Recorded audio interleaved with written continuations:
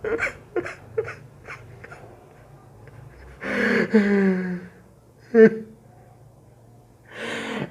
मेरे आर्यन लौट के आजा, बिन तेरे ये मन्नत अधूरी है।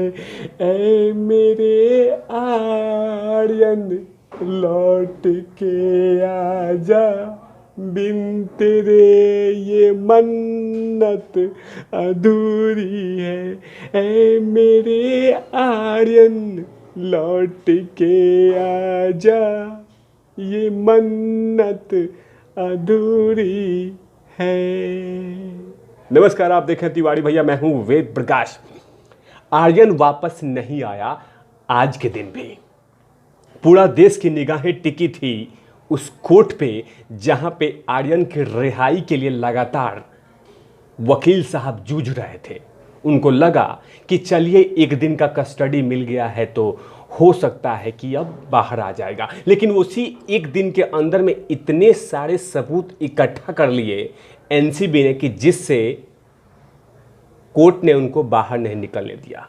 उनको कोर्ट से बाहर नहीं निकलने दिया। बहुत सारी बातें हुई, बहुत सारे जीरा हुआ, बहुत सारी सबूत रखे गए, बहुत सारी बातें रखी गई, लेकिन बात सामने ये आई कि कहीं पे भी उनको राहत दिखाई नहीं दिया। जाहिर सी बात है, जिस तरह से उन्होंने पार्टी एंजॉय कर रहे थे और उसी एंजॉय में जिस प्रोपेगेंडा को लेकर, जिस तैयारी को लेकर वो गए थे, उसी तैयारी को पूरी तरह से एनसीबी ने उन तमाम सबूत के साथ जज के सामने रख दिया कि हमने ये सब चीज़ें इकट्ठा किए हैं। सतीश मानी शिंदे ने लगातार ये कोर्ट में कहते रहे कि कहीं पे भी आर्यन खान के पास ड्रग्स नहीं मिला है, लेकिन एनसीबी ने कहा कि नहीं नहीं नहीं हुजूर, ये पूरी तैयारी करके गए थे। इनके पास पैसा, ड्रग्स, तमाम चीज़ें वहाँ पे मौजूद था और ये साथ में लेके गए थे। सतीश मानी शिंदे कहते रहे कि वो एक मेहमान बन के गए थे, चीफ गेस्ट बन के गए थे। ऐसा चीफ गेस्ट मानो उनको कुछ भी नहीं पता था, ये सतीश मानी शिंदे कह रहे थे। लेकिन एनसीबी कह रही थी ऐसा कुछ भी नहीं था, ये इंटरटेनमेंट के लिए और माल है क्या इसी के लिए गए थे। सतीश मानी शिंदे कहे कि ऐसा कोई सबूत नहीं मिला है एनसीबी के पास, लेकिन एनसीबी ने कहा कि हमारे पास सबूत बहुत सारे चीज़ें हैं।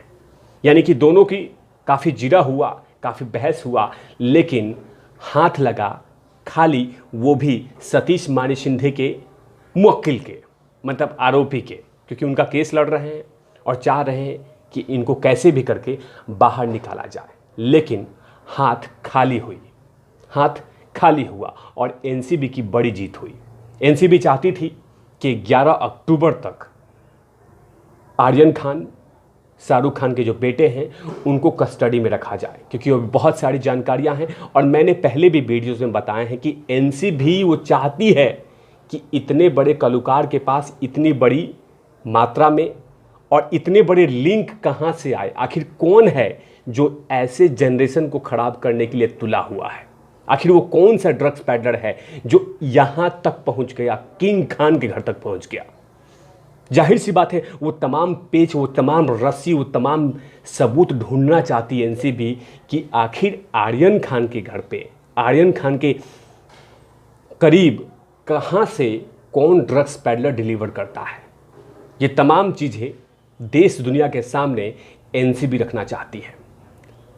लेकिन लोगों को लगा कि रात 12:30 बजे सलमान खान जाएंगे तो क्या पता कुछ ऐसा कोई जादू चलाएंगे कि जिससे वो बाहर आ जाए, लेकिन ऐसा कुछ भी नहीं हुआ। क्योंकि लगातार ये चर्चा का माहौल बना हुआ था देश में, ट्विटर पे, सोशल मीडिया पे कि एक ही दिन के लिए तो गया है, अगले दिन छूट जाएगा, एक ही दिन के लिए गया है, अगले दिन छूट जाएगा, एक ही दिन के लिए गया है, अगले दिन छूट जाएगा। लेकिन ये विश्वास दिलाया कोर्ट ने कि कानून के सामने किसी की भी नहीं चलती। और जिस तरह से लगातार समीर वानखेड़े साहब ने जिस तरह के सबूत इकट्ठा किए हैं, उनके सामने तो और किसी की नहीं चलती। अब वो कच्चे गोली कभी नहीं खेलते, कच्चा कार्ड कभी नहीं खेलते, वो जब भी बात करते हैं तो सबूतों के साथ। अब वही दिख रहा है, जो मंशा थी एनसीबी की कि हाँ हमें 11 अक्टूबर तक मिल जाए, लेकिन 11 अक्टूबर लेकिन नहीं, 7 अक्टूबर मिला। यानी कि आज का दिन है 4 अक्टूबर और 7 अक्टूबर यानी 3 दिन तक और भी पूछताछ की जाएगी। और 3 दिन तो बहुत ज़्यादा है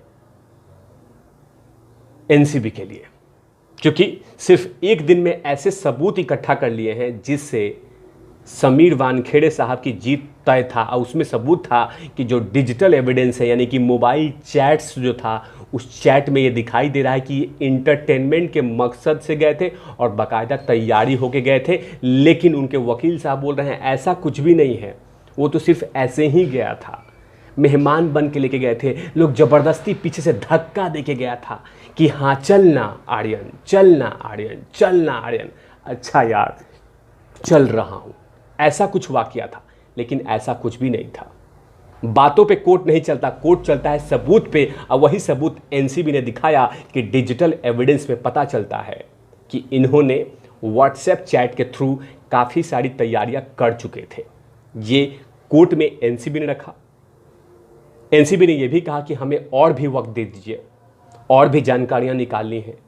जाहिर सी बात है एनसीबी को पता लगाना है कि आखिर वो कौन है वो व्यक्ति जो इतने बड़े बड़े कलाकारों के घर में, इतनी बड़े बड़े हस्तियों के घर तक, चौखट तक वाइट पाउडर ले जा चुका है।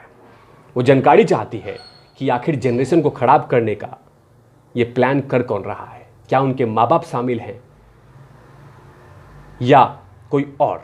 ये तमाम जानकारियां एनसीबी निकालना चाहती है। और समीर वानखेड़े साहब में यही तो खासियत है कि जिस केस को हाथ में लेते हैं उसको सही तरीके से डिलीवर करा देते हैं कि हाँ भैया मैं जांच सही तरीके से करूंगा, क्योंकि मेरा मकसद ही है no drugs, no white powder. उस कार्यभार को, उस काम को सही तरीके से लगातार एनसीबी की टीम और समीर वानखेड़े साहब की टीम। मीडिया ने यह भी बात बताया कि समीर वानखेड़े साहब चाहते हैं कि अभी इनके साथ जो दोस्त हैं आरबाज मर्चेंट, उनकी भी जानकारी निकाला जाए कि क्या आखिर वहाँ से और इनके तमाम ऐसे दोस्ती कहाँ तक पहुँची है। जाहिर सी बात है कि इस केस को छोड़ना नहीं चाहती है एनसीबी। बड़ा केस है, अब बड़ी निगाहें हैं सबकी। जानना चाहती है कि आखिर सचमुच ये अनजान थे या अनजाने करके ये अनजान बन रहे हैं। लेकिन जितने भी बातें सतीश मानी शिंदे ने कहा वो कोर्ट ने नहीं माना और एनसीबी को बड़ी राहत दे दिया ऑनरेबल कोर्ट ने, और कह दिया कि 7 अगस्त तक इनको स्टडी में रखिए और बहुत सारी जानकारियाँ निकालिए, बहुत सारी बातें निकालिए, तह तक जाइए।